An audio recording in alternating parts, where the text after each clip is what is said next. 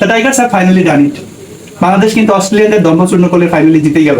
গতকাল দিনের শেষে যে সংখ্যাটা আমাদের মাঝে সবার মাঝে ছিল যে বাংলাদেশ কি পারবে ম্যাচটা জিততে, বাংলাদেশ কি চোখ করবে না, কিন্তু আজকে দিন শেষে বাংলাদেশ চোখ করলো না এবং বাংলাদেশ সম্মানের সহিত কিন্তু ম্যাচটা জিতে গেল।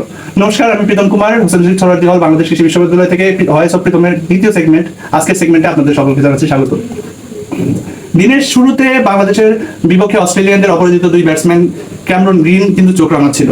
ক্যামেরন গ্রিন আলটিমেটলি কিন্তু নিজের সতর্কপূর্ণ করে এবং বাংলাদেশকে আমরা যেভাবে আশঙ্কা করেছিলাম যে বাংলাদেশকে হয়তো তারা চাপে ফেলবে, 2 রানের লিড দেবে, কিন্তু সেটা হয়নি। এর একমাত্র কারণ হচ্ছে বাংলাদেশের সদ্য ওয়ানডে ক্যাপ্টেন্সি থেকে বরখাস্ত হওয়া ক্যাপ্টেন মেহেদী হাসান মিরাজ কিন্তু আজকে তার জাত চিনিয়েছেন। তিনি অস্ট্রেলিয়ার বাউন্সি পিচেও আজকে 5টা উইকেট কিন্তু মেহেদী হাসান মিরাজ নিয়ে নিয়েছেন এবং বাংলাদেশের সামনে অস্ট্রেলিয়ানরা যে একটি বড় সংগ্রহ করতে পারেনি, তার মেইন যে দায়িত্ব পালন করেছেন সেটা বাংলাদেশের সদ্য ক্যাপ্টেন্সি হারানো ক্যাপ্টেন মেহেদী হাসান মিরাজের অবদান। দিনের শুরুতে এবং পুরো দিনটাতেই বলা যায় মেহেদী হাসান মিরাজ নিয়মিত ব্যক্তি দিয়েছেন এবং দিন শেষে অস্ট্রেলিয়ানরা বড় সংগ্রহ করতে পারেনি। অস্ট্রেলিয়ানরা যা করেছে তা হচ্ছে শুধু হার হারানো, ইনিংস ব্যবধানে হার হারানো। অস্ট্রেলিয়ানদের আজকের ইনিংসের শেষে বাংলাদেশের সামনে লক্ষ্য দাঁড়ায় মাত্র 57 রানের, যেটা ক্রিকেটের প্রেক্ষাপটে আমরা বলতে পারি যে ম্যাচটা বাংলাদেশ ওখানেই ম্যাচটা জিতে গেছে। কিন্তু বাংলাদেশের ইনিংসে যখন শুরু হয় তখন ইনিংসের শুরুতেই গত ইনিংসের সেঞ্চুরিয়ান তানজিদ হাসান তামিম কিন্তু আজকে ভালো খেলতে পারেনি, তিনি প্রথমেই আউট হয়ে ফিরে যান। কিন্তু বাকি পথটা আসলে ইজিলি পাড়ি দিয়েছেন বাংলাদেশের সাবেক ক্যাপ্টেন মুমিনুল হক এবং সাথে ছিলেন ওপেনার সাদমান ইসলাম। তো অস্ট্রেলিয়ানদের দম্ভ কিন্তু আজকে ফাইনালে চূর্ণ হয়েছে।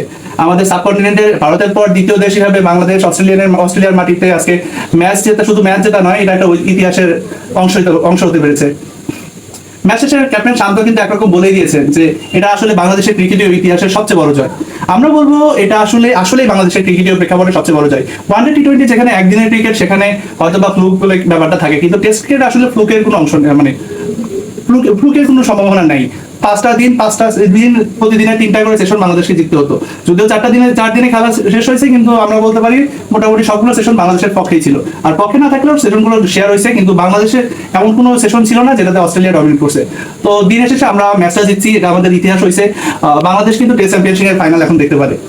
এখন হাতে ম্যাচগুলো থেকে আগার মাত্র 5টা ম্যাচ জিতলে হয়তো বাংলাদেশ টেস্ট চ্যাম্পিয়নশিপের ফাইনালে খেলার একটা সম্ভাবনা তৈরি হবে। যদিও এটা বাংলাদেশের জন্য অনেক বড় স্বপ্ন, আমরাও সেই স্বপ্ন এখনই দেখছি না, কিন্তু যেটা হবে সেটা হচ্ছে আগামী ম্যাচে বাংলাদেশের একটা সম্ভাবনা থাকবে। বাংলাদেশ যদি আগামী ম্যাচ জিততে নাও পারে, আমরা চাইবো একটা ড্র হলে শিরোপাটা বাংলাদেশের ঘরে আসছে। যে উডেন শিরোপা সবাই ট্রোল করছিল, সেই ট্রোলের শিরোপাটা কিন্তু বাংলাদেশের মাটিতে আসবে। ধন্যবাদ। এই আজকের সেগমেন্টে এখানেই আপনাদেরকে বিদায় জানাচ্ছি।